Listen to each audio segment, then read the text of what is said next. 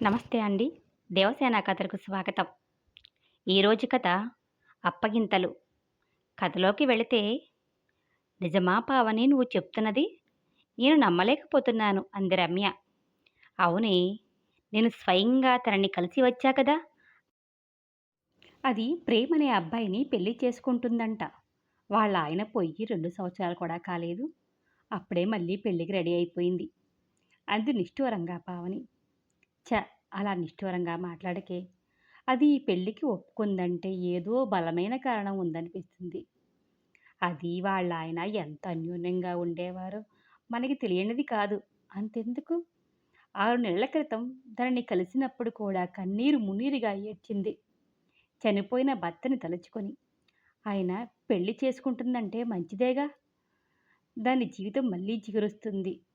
ఈ 2 సంవత్సరాలు బయటికి వచ్చిందే చాలా చాలా తక్కువ.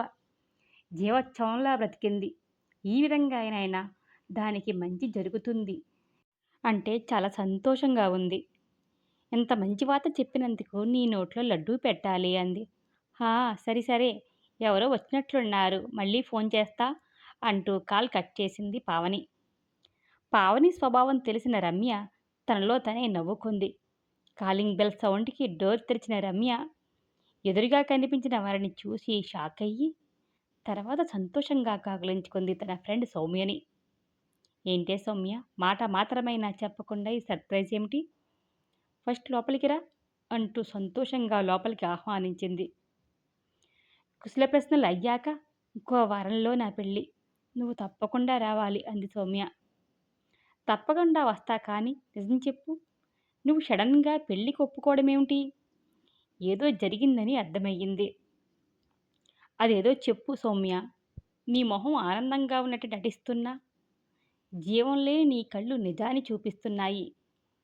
ఏమైందసలు? అడిగింది సౌమ్య. ఇక గుండెల్లో దాగనంటున్న దుఃఖాన్ని కళ్ళ నుండి బయటికి పంపించింది సౌమ్య. కొద్దిసేపు తనని అలాగే ఏడవనిచ్చి మంచినీళ్లు తెచ్చి ఇచ్చింది. కొంచెం సర్దుకున్న సౌమ్య, ఆ దేవుడు నా జీవితంతో ఎందుకిలా ఆడుకుంటున్నాడు? నన్ను ప్రాణంగా ప్రేమించిన నా భర్త నాకు కాకుండా చేశాడు. డెంగ్యూ జ్వరంతో అయినా చనిపోయిన తర్వాత జీవితం మీద ఆశ చచ్చిపోయింది. పసివాడైన నా కొడుకును చూసుకుంటూ ఎలానో బ్రతుకుదాం అనుకుంటే 5 నెలల క్రితం తెలిసిన నిజం నాకు క్యాన్సర్ అని అంటూ వస్తున్న ఏడుపుని కంట్రోల్ చేసుకుంది. ఏంటే నువ్వు చెప్పేది?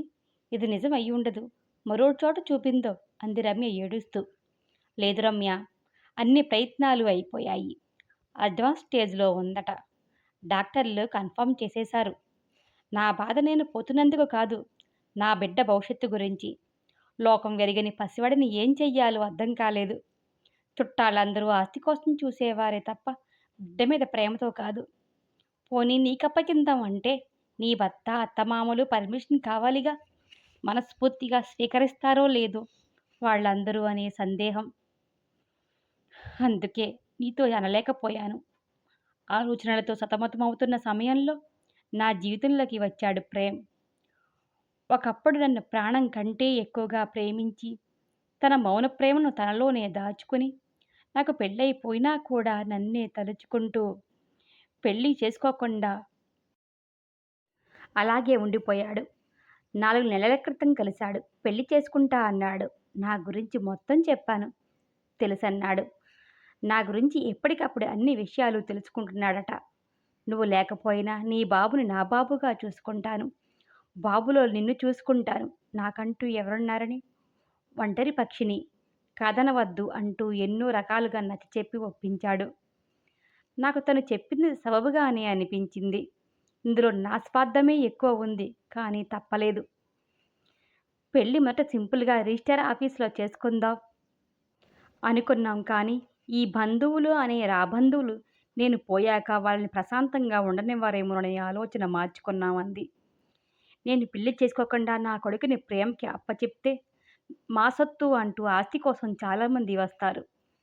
అందుకే అందరికీ తెలిసేలాగా ప్రేమని నా కొడుక్కి తండ్రి స్థానంలో ఉంచుతున్నాను. అంతా విన్న రమ్య, ప్రేమ్ నిజంగా ప్రేమమూర్తి అంది. అవును అంది సౌమ్య. పెళ్లి సజావుగా ప్రశాంతంగా జరిగింది. 2 నెలల తర్వాత సౌమ్యకి సీరియస్‌గా ఉందని ఫోనొస్తే హుటాహుటిన వెళ్ళింది హాస్పిటల్‌కి. అక్కడి దృశ్యం చూసి మనసు నీరైపోయింది. తన బిడ్డని ప్రేమ్ చేతిలో పెట్టి అప్పగింతలు పెడుతుంది. వాళ్ళిద్దరి యోగక్షేమాలు ఎప్పటికప్పుడు కనుక్కుంటూ ఉండమని వాళ్ళ చేతులను రమ్య చేతిలో వేసి అప్పగింతలు పెట్టి కన్నుమూసింది సౌమ్య.